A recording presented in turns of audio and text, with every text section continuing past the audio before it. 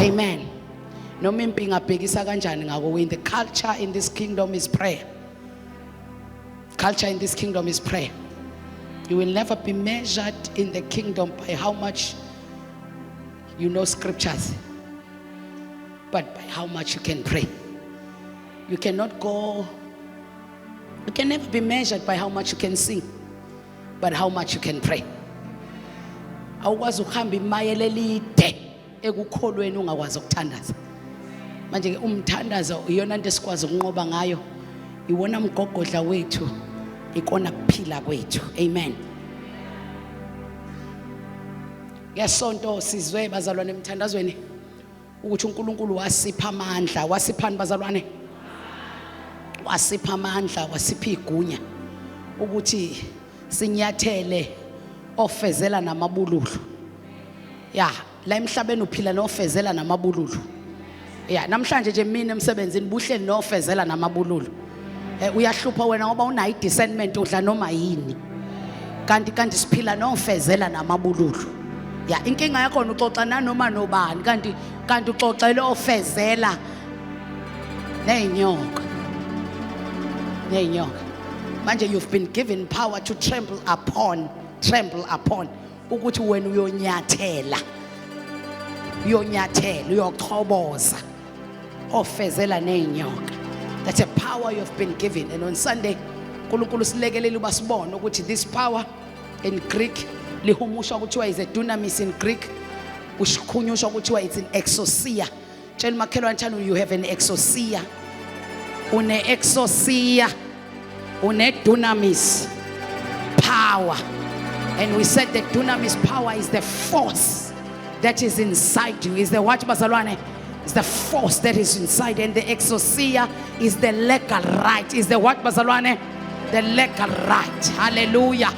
Hallelujah. That's a power that you have been given. Kodwa la emthandazweni ngicela kuba sesiqeda ukuthandaza bazalwane before sihambe sivula Isaiah chapter number 60. Isaiah chapter number 60. Verse number 1 uthi arise, shine, for your light has come, and the glory of the Lord rises upon you. Cela ngibukele sethu zonke thani arise in prayer. Cela ningithembe bazalwane ngokunifundela leli scripture usifunde ekhaya the whole of Isaiah. Touch your neighbor and tell them arise in prayer. Bazalwane uma unamandla mfundisa umntungwa ongawazi ukuthi asetshenziswa kanjani. Uyobulawa yizimo namandla okuzibulala. Angiphinde ngisho uyonqotshwa yizimo onamandla okuzenzani ngoba unamandla kodwa awuwazi ukuthi usetshenzwa kanjani noma activatewa kanjani. That's a correct one. If you have power and you don't know how to activate the force that is inside you, ngingamalang ngijuluke ngibe manzi ngithi wena you have a dunamis power, but if you don't know how to activate that dunamis power uyobulawa yizinto ongamele zikubulala. Bazalwane bami thani impostoli nikhulume nami kuleli bandla eGoli sengabafundisa ukukhuluma manje angikwazi phinde ngiqale phansi ngifundise nini ukukhuluma. Yeah, esontweni ngiyakhulunywa ngoba umzalwane fanele akufunda ukukhuluma. Umzalwane uyakufunda ukukhuluma. Umzalwane uyakhuluma umzalwane. Ukuthi uyaqaphela ukuthi ukhulumani. Ungabe umzalwane othulayo. Uyabona kuhlungu mangebe ngithi bazalwane asithandaze ube khona umzalwane ovala umlomo nje. Hawu uvale kanjani umlomo ngesikhathi sokukhuluma? Inkosi phambi kwakho unjengomuntu ozeka ubaba wakho bese ethi uzocelana bese uvela ufike wenza njani wena? Uyathula. Uzophuma umtholeni lapho. Lutho. So you will say ngiyayihambe imthandazo. Kodwa ayikho umahluko empilweni yami. Ngicela ukubuza uhamba umthandazo noma uyathandaza? Ngoba manje you can waste your Thursday night uze la kanti wena uhamba umthandazo. Kanti umthandazo awuhanjwa. Yeah. Ukuthi manje uJesu usilande kude mntunga usilande sihamba abathandazi. Manje uthi ufike ngolwesine kufanele uzothandaza wena ulindele umthandazi.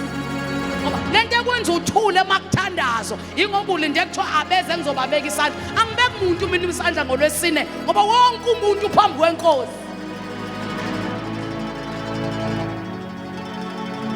Sonke kumele senzeni bazalwane sithandaza. Awukwazi ukuhlala phambi kaBaba wakho bese ungasho lutho. ubaba wakho enayo yonke into wena onjani oyidingayo. Hallelujah. Bengisathi ke bazalwane, if you don't know how to activate the power, uyobulawa izinto okumele wena uzibulale, because you don't know how to activate this power that you have. Umuntu onefa uma engazi ukuthi athathe mapha ama step ukuyothola ifa lakhe, angafa empofu uyise wayemshiyela umcebo.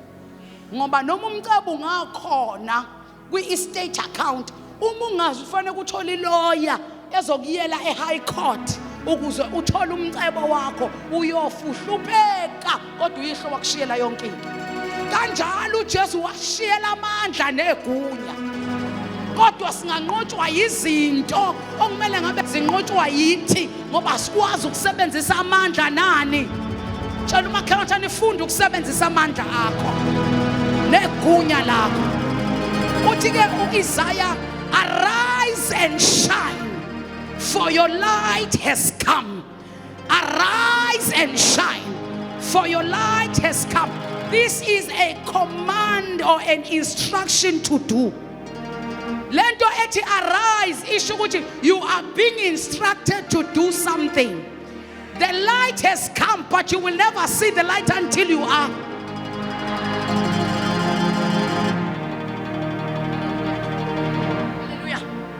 There is something called the battlefield of the enemy and the Russians, and that thing is called the mind. Touch on heaven and say ingqondo, indawo yokulwa komntwana kaNkulunkulu nesitha. Your mind is a battlefield of the Russians and the enemy. Uma isitha sifuna ukudefeat empilweni, siya kwindawo esaziyo ukuthi kuliwa kuyo. Leyo ndawo ibizwa ngengqondo. Usathane ufike akwenze uzwe ugcine engqondweni bese uyacabanga, ngesikhathi ucabanga bese ukunika amandla. Kanti umuntu onamandla uwe, so lamandla uyawaphe. Lamandla ona uyawasebenzisa. Inkinga yami ukuthi uwasebenzisela ukubhifapha iammunition yesitha. Wena unamandla wena, awuyibuke emcabangweni yakho. Inkinga yami ke imicabango yakho uwena onikeza isithi ammunition kuyona. Mawufuna ukwazi ukuthi uSathane umwina nini umzalwane, akamwini umzalwane ngokuwa. Ukuwa is a byproduct of the defeat that has happened in the mind many months ago. Lento siyibona manje lokhu yaqala ngoJanuary, wena kade wawa ngoba wanqotshwa engqondweni yakho. Arise and shine. Uthi uIsaiah, you have the choice yokuthi kuthi makufika imcibisholo kaSathane engqondweni yakho, you arise. Arise. uSathane ufika kuwe athi uyothandaza, hamba uyovela nje ukuze bangakubuza ukuthi ungeze ngani kwi-prayer. So now you are already ungena kulo wamnyango, you are already defeated, because your reason of prayer unqotshwe engqondweni yakho. Lalela, uzothi uSathane ngoba kade kwasuthandaza kungenzeki lutho. Uma ngaxoxela omunye umuntu ufundisa uDilasi istory sokuthi bake bayochecka iHIV dali safika. Yabona iHIV le yakudala. Le yakudala bazalwane yayenza ukuthi umuntu bake wathiwa nje leHIV yashona kusasa. So kuthiwa kwahamba abantu ababili bangena bachecka amagazi, nomunye wangena wachecka igazi. Bese kuthiwa athathwa lamagazi. Khona into engicommunicate nawe ngoba ngifuna ukukukhombisa ukuthi uSathane udlala ngengqondo yakho, and wena umnikeza lamandla okuthiwa wena wanikiwe. Wanikwa wena ngoba uSathane akanawo amandla. Lithi iBhayibheli, when Jesus defeated the enemy, lithi wamphuca zonke ihluthulelo. So how can the devil have power unless he is sponsored the power by someone who was given the power? And someone who was given power and authority is me and you. Kuthiwa afika checkwa lamagazi. Athi mase checkwa lamagazi ayiswe laboratory. Basebenza iphutha ngoba onesa abantu. Ama laboratory what abantu babizwa ngani? Ama technician, ama laboratory technician abantu. Odokotela abantu. So leli bhodlela leli lifike lafakwa isibongo ngephepha elinamathiseliwe, isibongo esithi isibanibani. Waphinde wathathwa elinye ibhodlela lafakwa isibongo esithi isibanibani. Lamabhodlela u2 athi masefakiwe laboratory kanti benza iphutha ngesikhathi befaka amaphepha la namathiso lokuthiwa isticker. Bathatha isibongo somunye basifaka kwigazi lomunye, bathatha isibongo somunye basifaka kwigazi lomunye. Mayebuya ama result abuya nalamabhodlela nezitika. Masifika isticker sithi wena Nombulelo you are HIV positive, wena Asanda you are HIV negative. Ngoba benza iphutha bathatha igazi lika Asanda balifaka uNombulelo isticker. Mabebuya laba benikezwa ama result basebenziswa ama counseling kuthiwa bahamba. After 3 months uNombulelo wayesenama glands iHIV yakudala ikhipha nama glands. Wayesenama glands angazi kuthiwa yini ama glands ngesiZulu. Wayesenama glands esezacile esesele ngekhanda ulimsela umhlophe. After 3 months. So after 3 months bafonelwe lo Nombulelo nalo Asanda ababekade beye esibhedlela ngenze example ngamagama laba bazalwane. Thoma befika kwaDokotela, uDokotela abaqale ngecounseling ethi senza iphutha. Leli phutha sesilibona kamuva ukuthi kwenzeka imistake. Wena Nombulelo usho kumuntu onama glands, usho kumuntu ozacile, usho kumuntu onolimo selumhlophe. You are HIV negative. Angena uAsanda aqala counselishwa achazelwe ngeHIV nokuthi uzodla njani amaphilisi. UAsanda ungena uyisibutubutu uyaglowa. Uthiwa wena Asanda ama result athi you are HIV positive.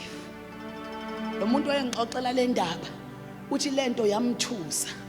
Ngase ngithi ke mina you see mayethi whose report I wish ngashumayeza abantu abala endlini abala endlini but whose report shall you believe? Will you believe the report of the enemy and die, or you will believe the report of the Lord and live? Sekuyacaca ukuthi Nombulela kabulawa iHIV. Ubulawa ukuthi engqondweni. Ay. Ukholwe yini engqondweni yakhe? Ubulawa amandla na ukuthi wathathe onke wanikeza sithi ammunition engqondweni yakhe. And believe you me, ya designer zonke izifo okuthiwa umuntu ubonakala impawu obonakala ngazo, kodwa le amandla I have given you power and authority. The light may be there, but if you don't rise, you will not see the light. That is why Isaiah say, arise, you must arise. Arise against the thoughts that are in your mind. Arise against whatever the enemy is saying to you. Arise against every report the devil is giving you. Arise and shine. You've got to learn to arise. May submit case number 2. You may not believe that story ngoba nami ngangisizwe ngomuntu athi ngixoxele isamba. Makungena into ekuthiwa iCovid-19 eSouth Africa eminyakeni emithathu edlule. Yamenyezelwa kade sikwi prayer ku broad abazalwane bayakhumbula. manje ke umuntu wayelalela ama radio ebuka iTV efunda la ku social media. So sebeyayichaza khona wayengithumelelile Nkosi yami impawu mawuna le COVID uba nezimpawu uyakhwehlela uzwe uvimbana engathi umoya uyanqamuka ngayifunda lento isitori ngangasixoxa la ekhaya ngayifunda lento sisipho lento yangena engqondweni ngalala kwami nezingane zami mangivuka ekseni ngezwe impawu umkhuhlane ngawuzwa kodwa ngase ngizwe umoya azizwe impawu ngathi ngithi ngiyadla ngezwe ama taste buds enganambithi ngazizwe impawu shale mahaya who's report shall you believe. Then I refused lenkani yokholo ngezwe into enqabayo kimi ngaphakathi the force yathi lento anginayo mina iCovid ngayiphinda lento ngathi anginayo mina iCovid ngayixoxa lento ngathi anginayo mina iCovid ngayisho ingqondo yaze yayikhola arise the light is there but you've got to ngayikhuluma ingqondo yami yaze yayikhola angithi angiyile ngisho kudokotela and lento ngiyifunde ngayizolo ngakusasa sengiyayizwa angidiagnosewe na udokotela kodwa sengiyayizwa ngayikhuluma lento ingqondo yami yayikhola ngase ngixoxela ingathi la ekhaya iTV asizukuyibuka asizukufunda ku social media asizukulalela indaba ngekho ayikho into ekuthiwa iCovid asizukuyikholwa leyo nto bazalwane ngalelo langa lezimpawu ngivuke ekseni emini izimpawu zayingasekho and I tell you the truth ngangena iCovid bazalwane ngifuna ukuthi ngithi ngadeclare ngine COVID ngazinto angifuna uqamba manga ngangena COVID ilento engilale ngiyifundile yangena kuphi the mind is a battlefield of the enemy and the sons of God ngavuka ngiyikhola ngase ke ngiya ngoba yonke into ikholwayo faith is a substance of things, not faith in God, not faith in good things. Anything that you believe, it is a substance of things that are unseen that you hope for. And the evidence of things that are not seen. Anything that you can believe. If you believe, you will fail. If you have believed that you will fail, kanamu uzofail ungakayibhali exam ngoba it's in the mind. Umukholwa ukuthi uyagula uzofa mntanami ukufa kukude nawe ngoba uthatha amandla onawo wawasebenzisa. You have been given power. But on the force onayo lamandla onawo they are too powerful. Lamandla nawo anamandla kakhulu, lamandla nawo anamandla kakhulu. Angazi ngisho kanjani le. Yeah, le dunamis le kuwe. Yes. Ingenza izinto ezingekho zibe khona. Wonke umuntu nawo amandla ukuthi uwachanela kanjani.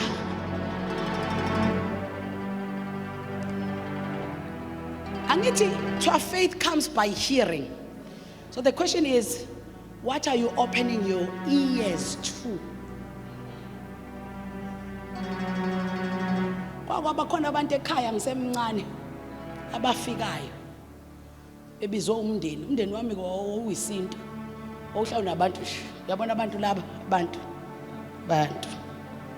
bekhona kabantu bebiziwe ngisemncane bathi ke laba abantu ngizoduka iminyaka ewu7 ngiye phansi kwamanzi base bethi ngibona abantu inqwaba baphilisa masubuya phansi kwamanzi Kathi mina, oh, anginankinga phela noma ngaduka. Ndaye anginankinga noma ngaduka. Ke ngiyenze lento abafuna ngenze anginankinga noma ngaduka. Ngayirefuse ukuyikholwa. Ukube ngake ngayikholwa. Ngabe yenze ngoba ngangizothatha amandla akini. Ngiwachanele kumduko. Bese ngiyaduka.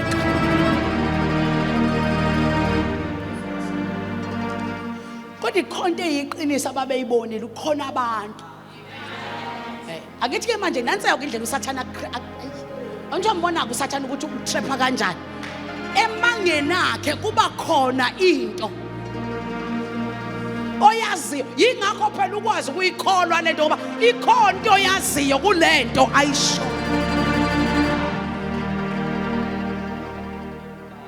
Tshela makhona thanda unamandla.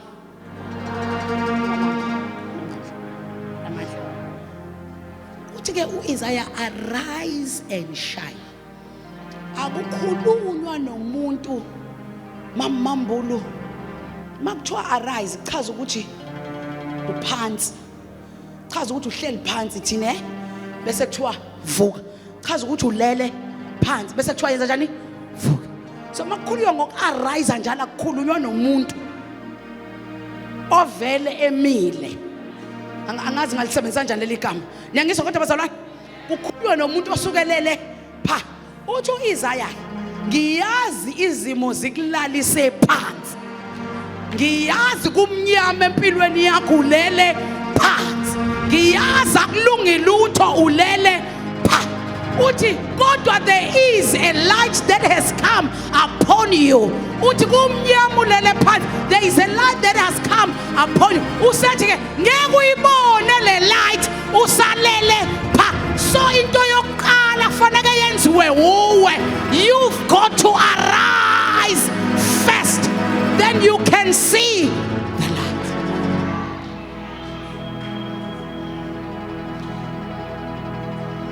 Mzala, inkinga yethu sonke sindisiwe. Siye emthandazweni sifuna ukuyovuka. Sifuna ukuyocela ukuvuka, no not ukufuna ukuyovuka. Siye emthandazweni sifuna ukuyocela ukuthi akasivuze.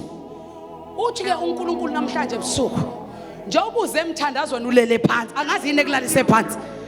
You know your situation. You know your challenges. Yes. Uyayazi into ekwenza ube down. Ngalithola leli gama. Khona into ekwenza ube down. Ngesikhathi ufeel ukuthi u-down, uthi ke yena arise. Uthi ke musukuze emthandazweni uzocela ngik-arise.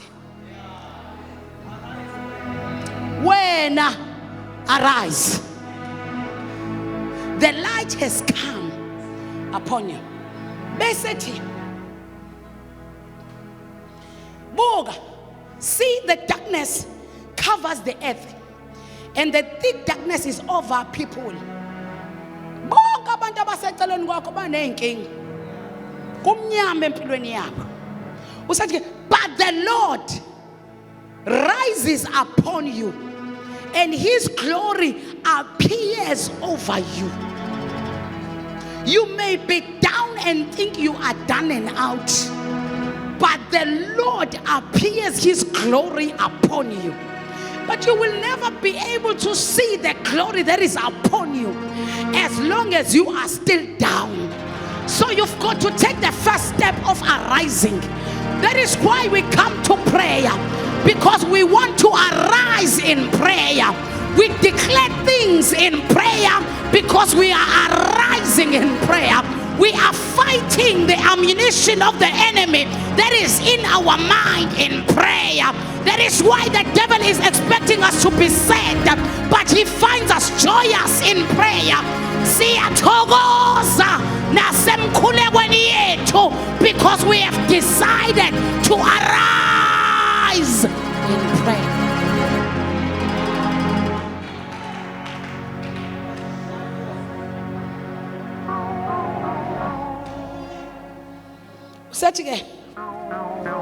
Nations will come to your light, will come to light.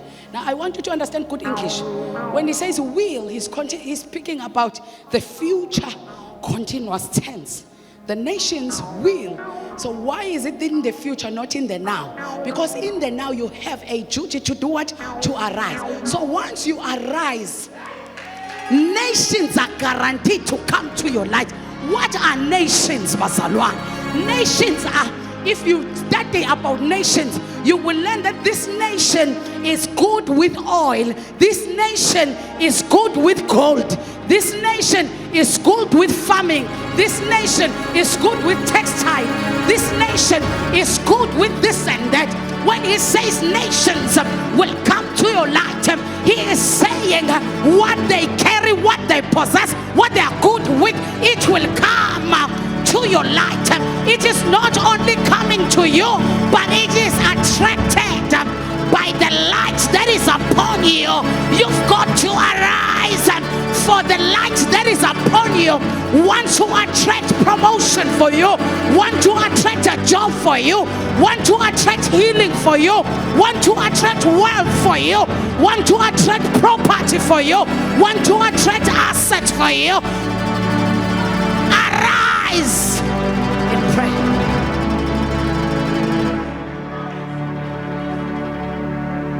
I've learned that everything that we need, everything we need lies with our alignment. Are you down or are you have arise? Are you down or you have risen? Jesus, before he rose, before he arise, he couldn't enter a room when it was closed. But after arising, after 3 days and 3 nights, kuthiwa bambone sephakathi kwabo. Kunamandla okwazi kwa experience emva kokuvuka. Tshela makhelwane thani vuka mfethu vuka. Vuka. Ungavumeli ucindezelwa istress vuka. Ungakuvumeli ukubulawa idepression vuka. Vuka.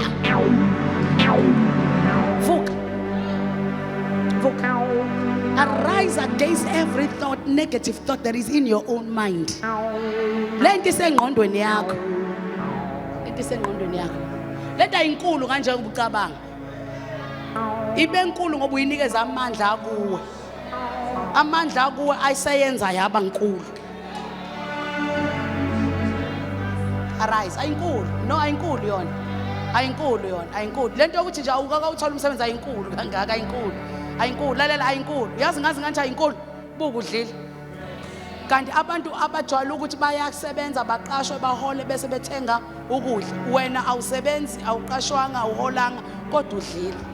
So uyabona ukuthi lento leyo kungasebenza inkulu kakhulu. So arise against it. When you arise, then the nations called employment will come to your light. Will come to your light. It will come to your light. The nations will come to your light. Now I want us to close and go. And he says, kings to the brightness of your dawn. Uthi ngisho amakhosi azoza ekukhanyeni kwakho. Amakhosi azoza ekukhanyeni kwakho. Makukhulunywa ngamakhosi, kukhulunywa ngeauthority. Kukhulunywa ngegunya. Kukhulunywa ngeleadership. Kukhulunywa ngama CEOs, ngama manager, ngama HODs, kukhulunywa ngabantu abathatha ama decisions. Yes, kukhulunywa ngamakhosi, kukhulunywa ngama decision makers. Kuthiwa they will come to your brightness. They will come. Kusho ukuthi bawuthi behleze eboardroom igama abalicabangayo oshali masathi phaya kube igama lakho. They will come to your brightness. Bazothi mabebuka onke ama CV igama lakho oshanimaya kuzothi mabebuka onke ama applications kube igama. They will come to your brightness. They will come. Kings, authority makers, decision makers, they will come to your brightness without you bribing. If Oshani Mahaya, without you bribing, they will come to your brightness.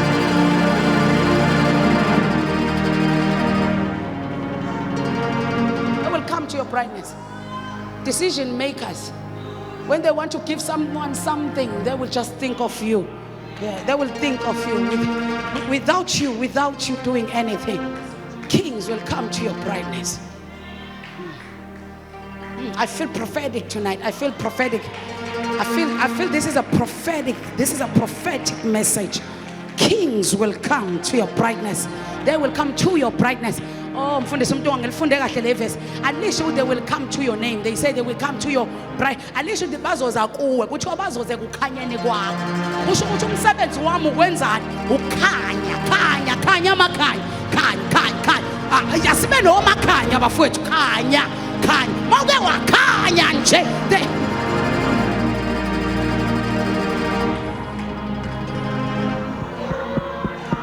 Ushoda ngokukhanya.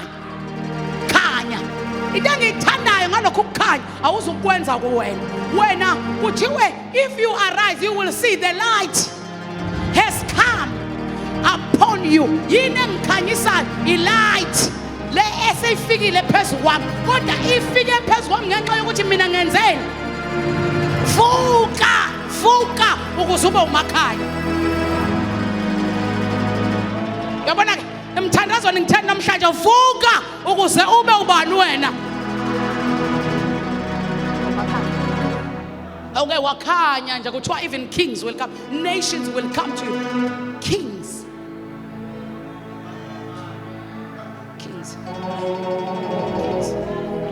Anything that has my name on it will attract kings because I have the brightness. Verse number 4 athi lift up your eyes. Phakamisa amehlo akho bese athi and look. Bese uyabheka. Look about you. All assemble and come to you. Your sons come from afar, and your daughters are carried on the hip. Mayati, your sons and daughters, your sons are coming from afar, and your daughters are carried from the hip. Abantwana bakho, in other words, ama fruit. Because children are the fruit of your womb. So when he says your sons and daughters, he's talking about the fruits. Because fruit of your womb are the children. So when he says these sons and daughters will come from afar, uthi ngisho ezweni elikude uyothela it.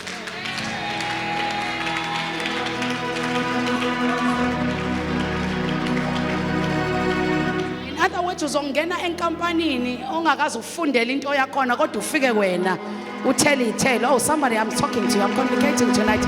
Uzothela ithela ezweni elikude, uzothela ithela phakathi kwabantu abangakuthandi. Uzothela ithelo ezweni elikude, uzothela ithelo. Bear fruit. Your sons will come from afar. Uzothela ithelo ezweni elikude. Phakathi kwabantu abangakufiseli lutho oluhle, wena uzothela ithelo. Athi ngisho lamazwi ungabisathuta. Hlala kuyo leyo address uzothela.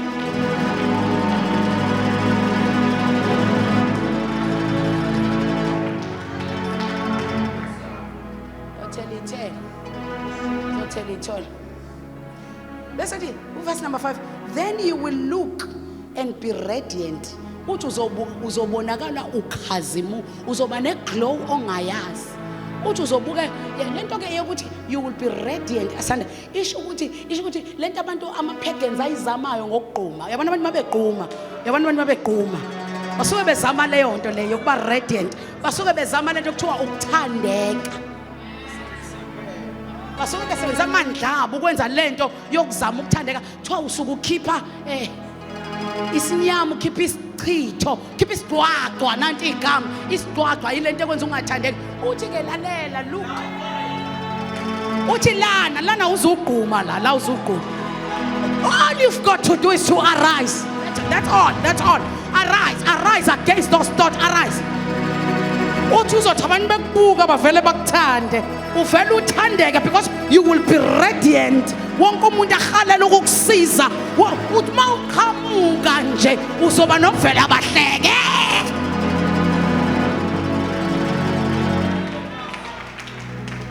You will be radiant. Uzothandeka my spa. Ngoba bazalwane angimele ukuvuma ukuba umzalwane onesidwaqo. phela abazalwane leyo nto ikhona ayenziwa ukuthi umnyama mbali isuke yenziwa ukuthi awunayo ilight iradiance umuntu angamuhle aqeda vela acike iyathandazelwa leyo nto iyathandazelwa leyo nto uvuke ekuseni uzithi mbamba ebusweni uthi mbamba ugeza ngesunlight yakho uthi mangithandeke Nkosi may I find favor in the eyes of all men may I find favor in the eyes of may I find favor uhlekiswa ngisho nomuntu omaziyo ukuthi kuthiwa akave ngakufuna emsebenzini kube uye othi hello how are you qala sho ngesingisa ngakubo ungabi nesigcwaco umzalwane onesidina ungabi umzalwane onesidina uphuma nini lona suka nini lana fanele ube umzalwane othandekayo abantu bonke bayithola nje beseduze kwakho befuna ukuzokotha because you have a radiant kuthi look you will look and be radiant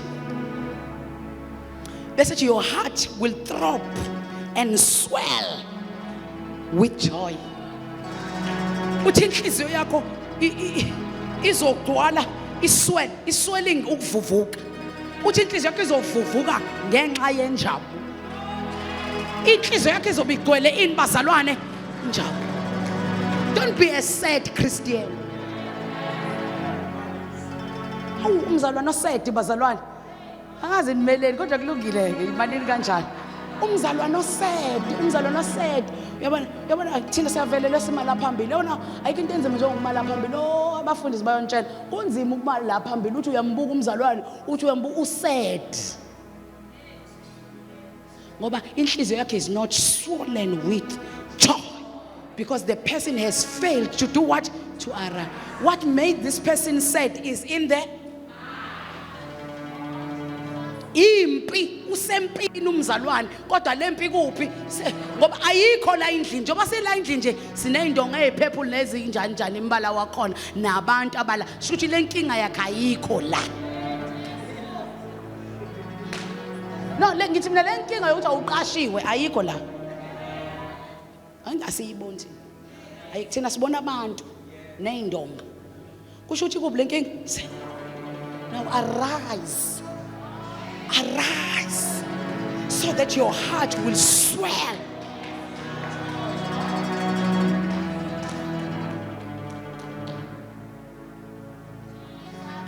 You know, when people are down, then they have not risen.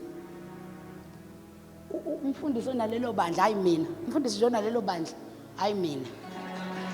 Anginazo lezo nkinga. Umfundisi onalelo bandla uba nabazalwane abanenkinga yokubashumayeza makuzophela inyanga. Mhlaba namhlanje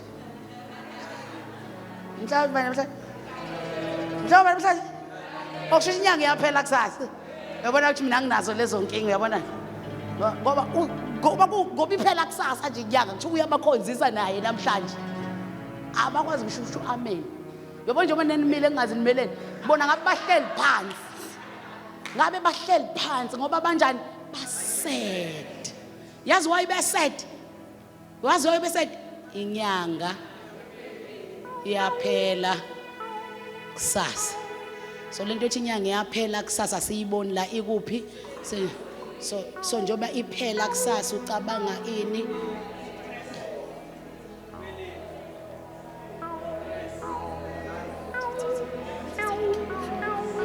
zoshota kuzobe sengenza njani ngale yaya ngoba okay ngizothatha le ngifa njobe eshumayela nje umfundisi ngizovala lesi sikhalo kusasa kodwa kuzoshoda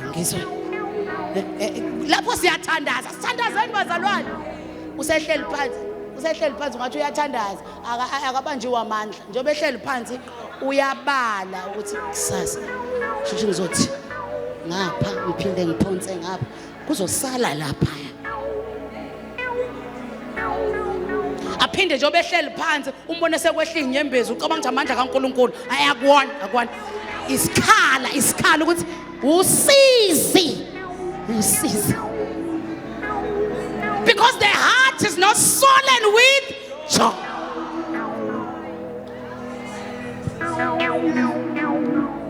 Hallelujah. Hallelujah. Yeah. The heart is not sullen with joy.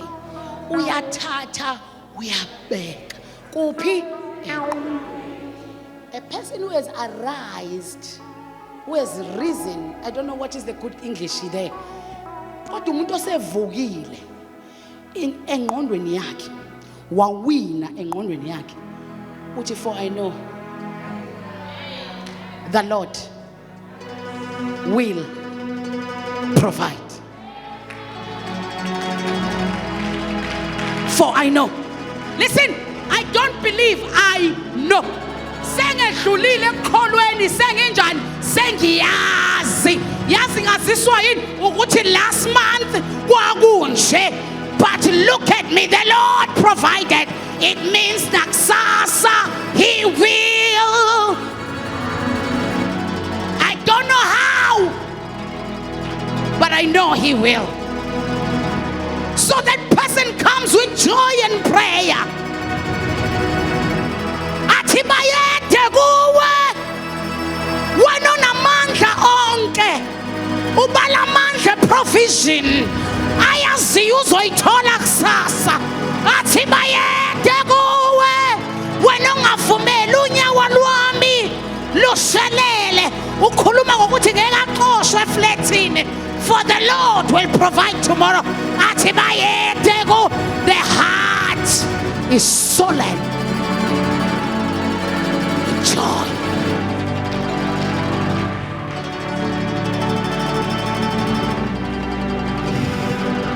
Ulala hatipaya, ulahaya maselia, uretepalia seteya.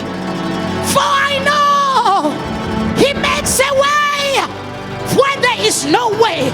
Azwakale mthandazweni inyanga iphela kusasa, athi wena uyavula indlela nakahlonga sibi. My heart is sullen with joy, for I know wake wayadlisa uIsrael imana, nami uzonginika. Heart is sullen with joy, knowing the month is ending tomorrow, but you come in prayer.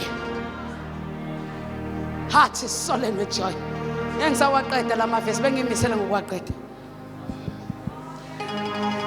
I said, listen, once your heart, oh bazalwane, you will love me here. Nizongithanda ke la, nizongithanda la. Listen. Once your heart is sullen with joy, ngifuna ukukhombisa namhlanje ukuthi yini evimba ingcebo yakho. Uthi once your heart is sullen with joy, this is verse number 5. Uthi the wealth on the seas will be brought to you. Uthi ingcebo ephakathi olwandle izolethwa kuwe, ngoba ingcebo esolwandle ibheka abantu who have a heart that are sullen with joy. Sayaqala kusasa uthi mayiseqeda ukuhola wakhokhela zonke izinto wama negative avela khunjulwe umuntu wa 10 years ago, athi awungiphi account yakho. The wealth in the seas will be brought to you. Akufakela imali ongayicelanga ongayilindelanga. Why? I went to prayer ngingenakho, but I decided to arise in prayer, for the light has come upon.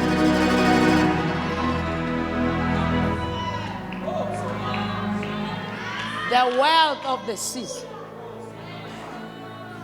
Bazalwane, ikikwenza lento uthi uqeda ukuba no negative, uvele kube khona imali engenayo. Ukhunjulwe ngisho na uSARS. Njengoba uSARS ehlele ekhumbula abantu kuyobaphuca, avela akhumbule ukufaka. Ukhumbule uUIF. Akukhumbule uUIF waphelelwa umsebenzi 5 years ago, uvela ukhunjule uUIF. Oh, the wealth of the seas. They have seen which heart is sullen with joy. Elokuniela ngenxa yesikhathi. Ngelinye ilanga uNkulunkulu uyosikhumbula sibe nezimoto sonke ukuze sikhonze size siqede. Ooh, Jesus. Hey, you will love me here. Listen to this. This is still the same verse 5. Message to you. To you. Somebody say to me. The riches of the nations will come.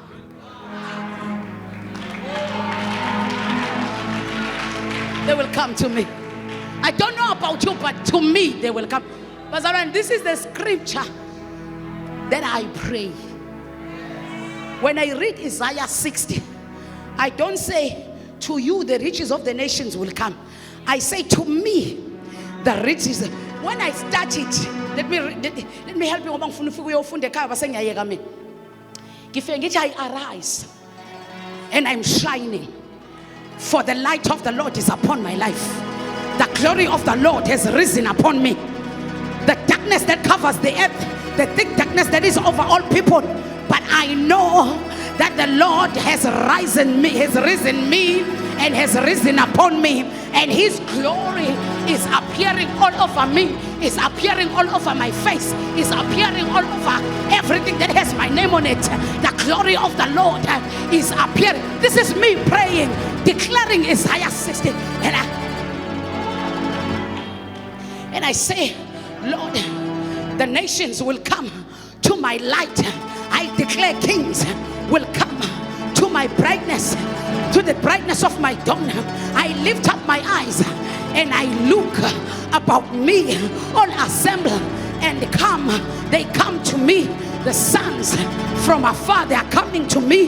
The daughters are carried on their hips. Then I look and I am radiant. My heart is throbbing and is swollen with joy. The wealth of the seas are brought to me. The riches of the nations are coming to me. Heads of camels will cover my land. Young camels of Midian and Ephah and all from Sheba are coming to me, bearing gold and incense, proclaiming the praises of my Lord. All Kedar flocks are gathering to me. The rams of Nebathon are serving me.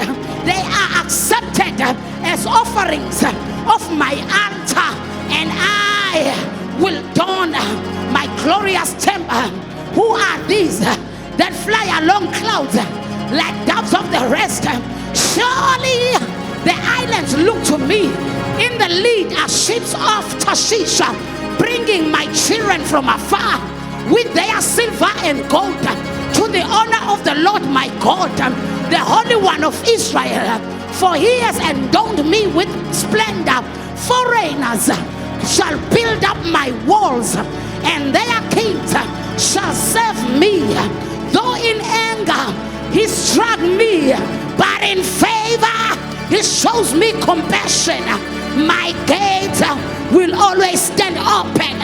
They will never be shut day and night, so that people may bring wealth of nations to me. This is my prayer. This should be your prayer and declaration. Lift up your hands to Jehovah. Ngwele jalo simagate. Ngwele jalo. Glory and honor to you, Jesus.